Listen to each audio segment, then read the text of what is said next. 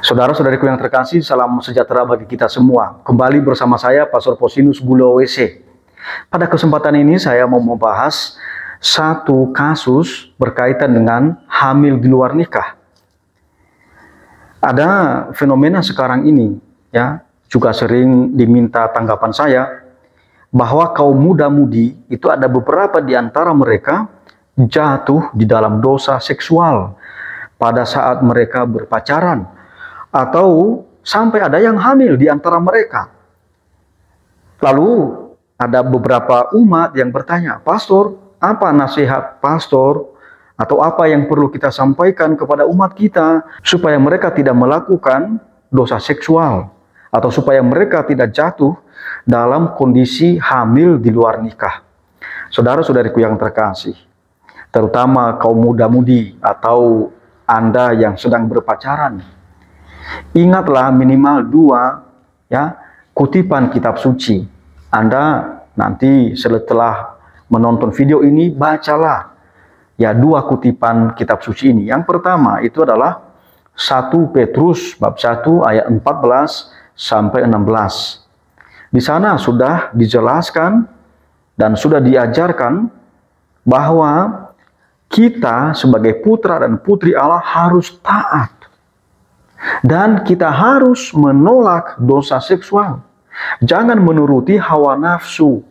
Jangan melakukan persetubuhan sebelum menikah secara sah. Jadi mestinya ajaran ini, sabda Allah ini, sebagai putra putri Allah kita taat, melaksanakannya. Jangan pernah jatuh di dalam dosa seksual. Lalu kutipan yang kedua adalah 2 Timotius bab 2 ayat 22. Ini secara khusus kepada kaum muda, supaya sekali lagi tidak jatuh dalam menuruti hawa nafsu, tidak jatuh di dalam dosa seksual. Kita harus berjuang, teman-teman, kaum muda, kaum mudi, OMK, supaya tidak gampang melakukan hubungan seksual sebelum menikah, atau terutama perempuan tidak gampang menyerahkan tubuhmu kepada laki-laki. Jaga tubuhmu, Kita tahu sendiri, saudara-saudari yang terkasih, dalam kitab suci juga bahwa tubuh kita ini adalah bait Allah Roh Kudus. Anda bayangkan, saudara-saudariku yang terkasih, Tuhan Allah sendiri sudah meninggikan tubuh kita, menjadi bait Allah, bait Roh Kudus. Maka kesucian tubuh ini jangan kita cemari dengan perbuatan dosa. Kita harus jaga, Kita harus setia pada sabda Allah. Kita harus setia pada ajaran moral gereja Katolik. Itu nasihat saya yang pertama.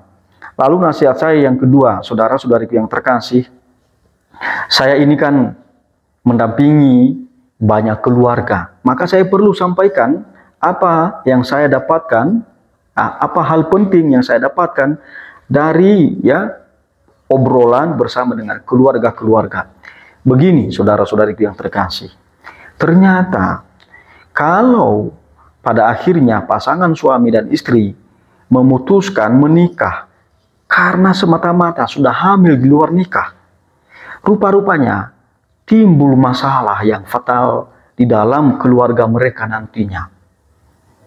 Bahkan ada banyak di antara mereka itu yang pada akhirnya memutuskan untuk pisah atau bercerai. Mengapa? Karena pada kenyataannya rupanya mereka tidak saling mencintai.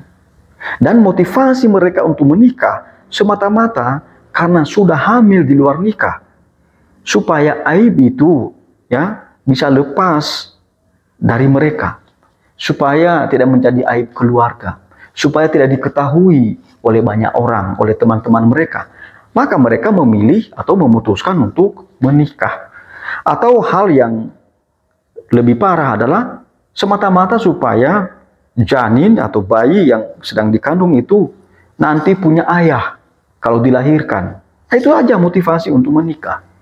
Berarti saudara-saudari yang terkasih, motivasi mereka untuk menikah itu tidak tulus, tidak sungguh-sungguh, Mestinya sebagai orang Katolik, mesti mempertimbangkan bahwa perkawinan itu adalah perjanjian untuk seumur hidup, membentuk perkawinan untuk seumur hidup.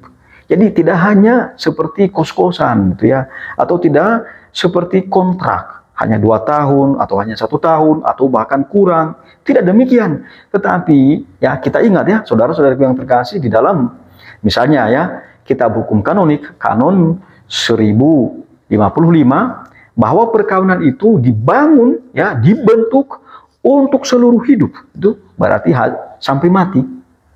Tuh. Lalu juga di dalam kanon 1141, sekali perkawinan dilangsungkan secara sah dan disempurnakan dengan persetubuhan atau konsumatum, hanya kematian yang memutuskan. Sebenarnya hukum gereja itu hanya ya menerjemahkan kembali apa yang sudah disampaikan oleh Allah di dalam kitab suci. Ya.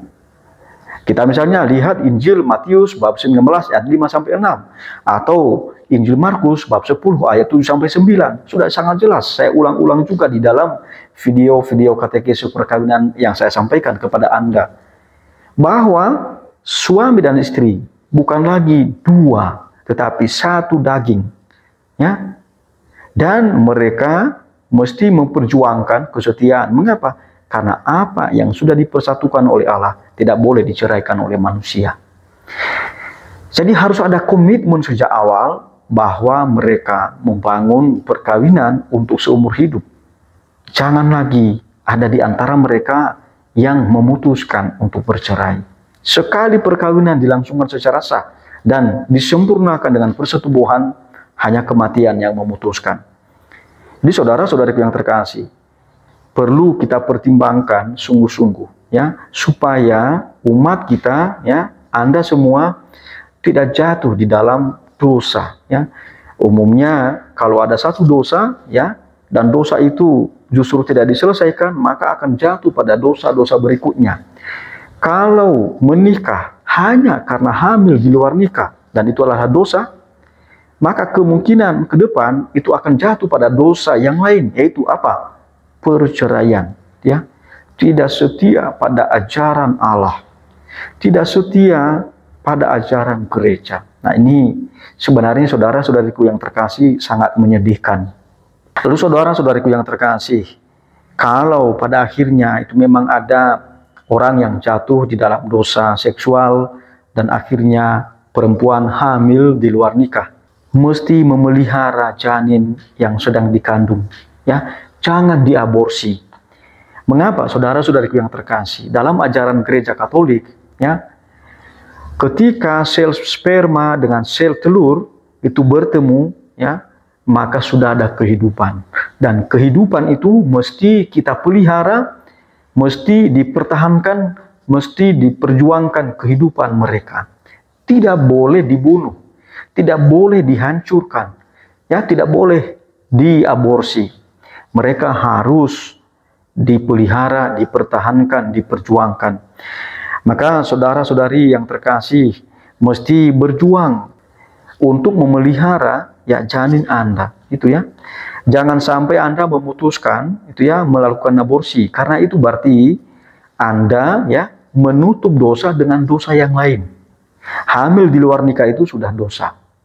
Maka kalau Anda melakukan aborsi lagi, berarti Anda menutup ya dosa yang sudah ada dengan dosa aborsi, dan aborsi itu merupakan dosa yang sangat berat, ya.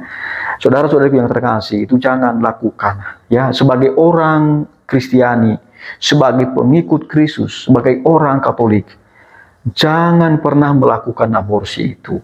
Oleh karena itu juga, ya, saudara-saudariku yang terkasih, kaum muda-mudi atau Anda yang sedang berpacaran, jangan jatuh juga di dalam dosa seksual, ya. Jangan sampai Anda hamil di luar nikah, ya. Jangan, ya.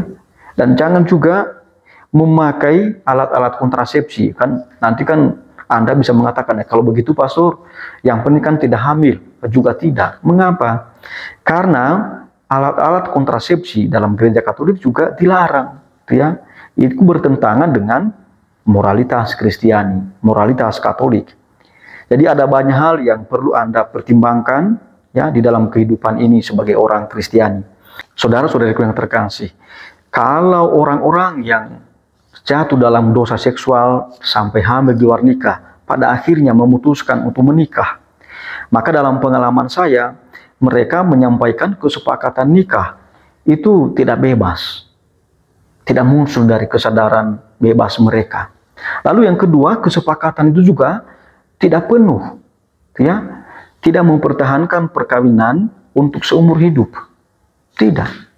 Lalu yang ketiga, mereka juga menyampaikan kesepakatan perkawinan dengan tidak sungguh-sungguh, ya, tidak benar.